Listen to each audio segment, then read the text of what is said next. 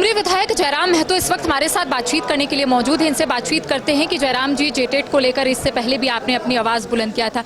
आज एक बार फिर से जेटेट के अभ्यर्थी जो है धरना प्रदर्शन कर रहे हैं और उनका कहना है कि 9 सालों से परीक्षा नहीं ली गई है। देखिए, मेरा आज एक अहम था जेटेट की परीक्षा को लेकर। मेरा एक अहम प्रस्ताव सरकार से मैंने मांगा था, कटौती प्रस्ताव वापस करने की शर्त पर, कि मैं कटौती प्रस्ताव को वापस करता हूं, लेकिन शर्त है कि आप बताइए, आश्वासन दीजिए कि जेटेट की परीक्षा किस तारीख को लेंगे, किस महीने में लेंगे, कम से कम एक अनुमानित समय दे दीजिए। लेकिन उन्होंने मेरे कटौती प्रस्ताव के विरोध में वोटिंग करवाया, लेकिन आश्वासन नहीं दिया कि जेटेट की परीक्षा कब लेंगे। तो ये तो राज्य सरकार की मंशा में खोट है।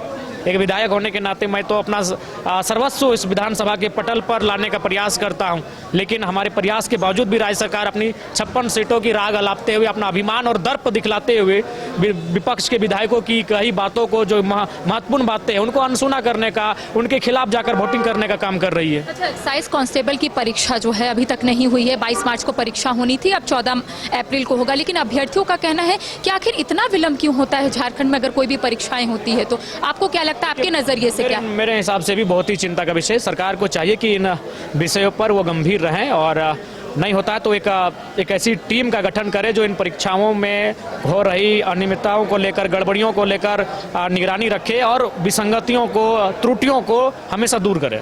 अच्छा, भू राजस्व विभाग के बजट पर आज चर्चा हुई है। स्थिति क्या है आपके क्षेत्र में भू राजस्व को लेकर? भू राजस्व की स्थिति अंग्रेजों के कालखंड के जैसी ही है। फर्क है कि उस समय सीधे गोरे अंग्रेज हमारी जमीन का अधिग्रहण करते थे, अब माफिया हमारी जमीन का अधिग्रहण जबरन करते हैं। पहले एक माफिया का एक सिंडिकेट काम कर रहा है, जैसे मान के चलिए रांची का इलाका, जैसे ये दुर्वा का इलाका, तो उन्होंने टारगेट किया कि भाई ये जो खाली जमीन है, ये 5 एकड़ का प्लॉट है, ये किसका है? तो फिर पता चला कि नहीं, ये तो कृष्णा जी का है, जो आर्थिक और सामाजिक रूप से थोड़ा सा कमजोर हैं। तो फिर चलिए अटैक, सीधा अटैक, कलकत्ता से या फिर कहीं दूसरे जगह से फर्जी कागज बना के सीधा अटैक, कोई सुनवाई नहीं, और सभी को मैनेज कर लिया गया। करोड़ों का अभी आज कोयला माफिया के बाद अगर राज्य में सबसे प्रसिद्ध है तो भू माफिया है। जितना कोयला माफियाओं के नाम ने मर्डर किया, उससे कई ज्यादा गुना भू माफियाओं के माध्यम से मर्डर हो चुका है। रांची पिछले 1 साल का आप रिपोर्ट कार्ड उठाकर देख सकते हैं। तो ये परिस्थितियां है। मैंने वो भी कहा, वो भी मैंने चीजों को संज्ञान में देने का कार्य किया। मैंने यहाँ तक कहा कि अंग्रेजों को हमारी जमीन की चिंता थी, बेशक उन्होंने पहले हमें मारा पीटा, हमारे साथ युद्ध हुआ, लहूलुहान हुई धरती, लेकिन अंततः उन्होंने 1908 में CNT, 1837 में विल्किंसन कानून और 1949 में SPT, अंग्रेज को भी हमारी जमीनों की चिंता हो गई कि भाई भोले भाले आदिवासी मूलवासियों का जमीन बचा रहे, लेकिन राज्य सरकार को हमारी जमीनों की कोई चिंता नहीं है। ये शर्मनाक विषय है। CNT SPT एक्ट होने के बावजूद भी कई जमीन जो है वो लूटती जा रही है। CNT SPT एक्ट नाम के हैं, जैसे ये जल जमीन जंगल की सरकार कहती है नाम की है, अबुआ सरकार जैसा वो कह रही है वो नाम की है, तो उसी प्रकार CNT SPT एक्ट नाम की है।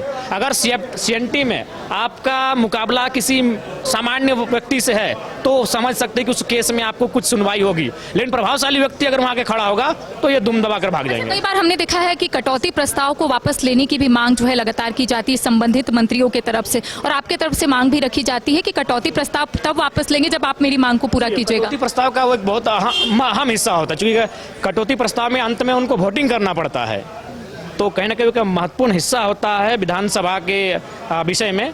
तो जब उन मांगों को, कटौती प्रस्ताव को वापस लेने के लिए मंत्री अनुरोध करते हैं, तो जो विधायक कटौती प्रस्ताव लाते हैं वो भी अनुरोध करते हैं कि भाई आप इन मांगों को मानिए, मैं प्रस्ताव को वापस लेता हूं।